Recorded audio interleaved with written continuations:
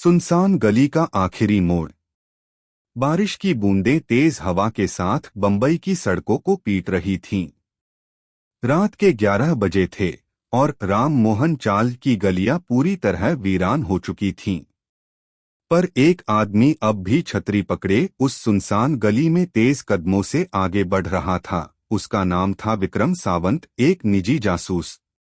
पिछले हफ्ते एक रहस्यमयी केस विक्रम के पास आया था। कुसुम देसाई, एक स्कूल शिक्षिका, बिना किसी निशान के गायब हो गई थी।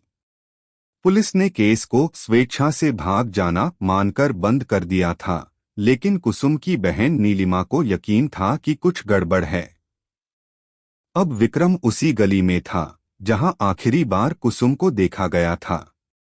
गली के आखिरी मोड़ पर एक टूटा फूटा मकान था, घर नंबर 47। उसकी खिड़कियों पर मोटे पर्दे थे और बाहर लगे बेल के पेड़ पर कोई उल्लू बार बार बोल रहा था। विक्रम ने दरवाजे को धीरे से धक्का दिया, दरवाजा खुल गया। भीतर एक अजीब सी ठंडक थी और दीवारों पर लगे पुराने पेंटिंग्स से धूल झड़ रही थी। एक तस्वीर के पीछे उसे एक गुप्त दराज मिली, अंदर एक डायरी रखी थी। उस पर नाम था कुसुम देसाई। डायरी के पन्नों पर डर और आशंका की स्याही थी। मुझे यकीन है कि कोई मुझे देख रहा है। हर रात मेरी खिड़की के पास कोई साया रुकता है।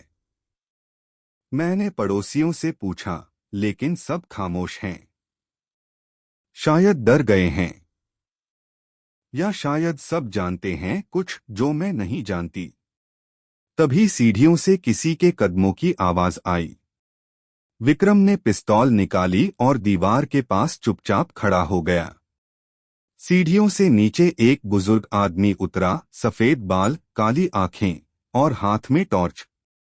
तुम कौन हो? उसने घबराई आवाज में पूछा।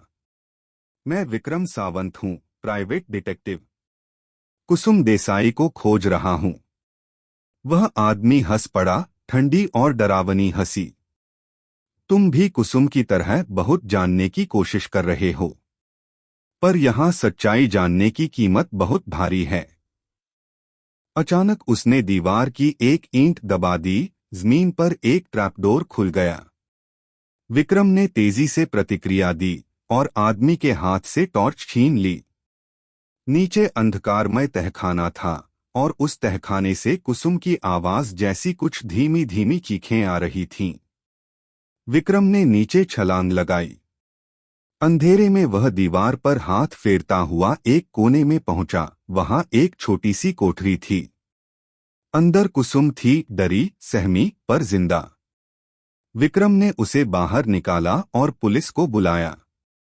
अगली सुबह अखबार की सुर्खियों में एक ही नाम था, गायब शिक्षिका जिंदा मिली, जासूस विक्रम सावंत की बहादुरी से खुला तहखाने का राज। लेकिन विक्रम जानता था यह मामला यहीं खत्म नहीं हुआ था। घर नंबर 47 अब बंद कर दिया गया था, पर उस सुनसान गली का आखिरी मोड़ अब भी कई राज समेटे था। और विक्रम की डायरी में एक नया केस जुड़ चुका था।